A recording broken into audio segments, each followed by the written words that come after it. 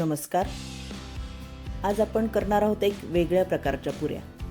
नेहमी आपण पालक पुरी, मेथीच्या पुऱ्या किंवा तिखट मीठ पुरी असं करत असतो. पण आज आपण करणार आहोत मटार मसाला पुरी.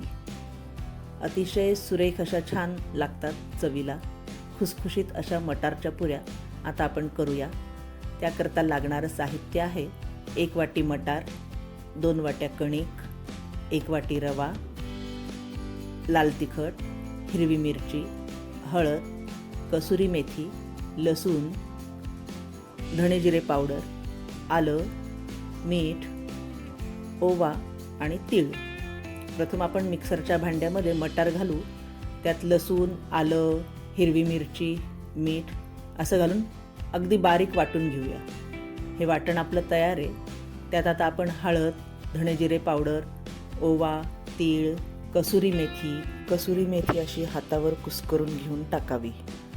मीठ आणि लाल तिखट घालून चांगलं एकसारखं असं हलवून घेऊया.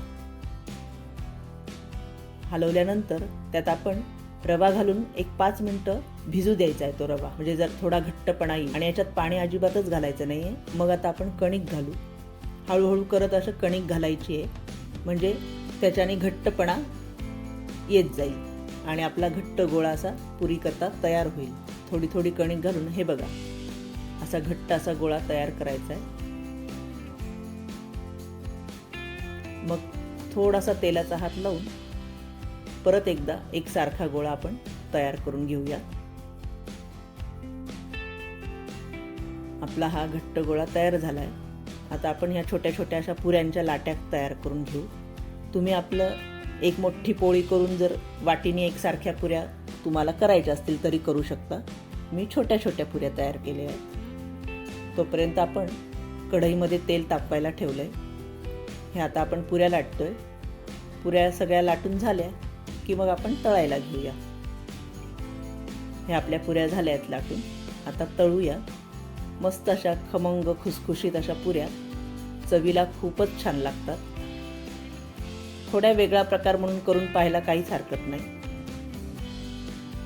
छान अशा टम्म फुगलेल्या पुऱ्या लोणचं, चटणी किंवा चहा बरोबर सुद्धा तुम्ही खाऊ शकता.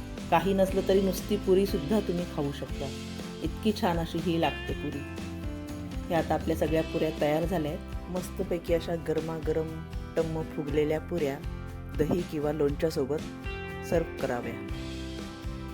मस्त गरमागरम मटर मसाला पुरीचा आस्वाद घ्या. तुम्हाला जर माझा व्हिडिओ आवडला असेल तर लाईक, कमेंट आणि सबस्क्राईब करा आणि शेअर करायला विसरू नका. थँक्यू.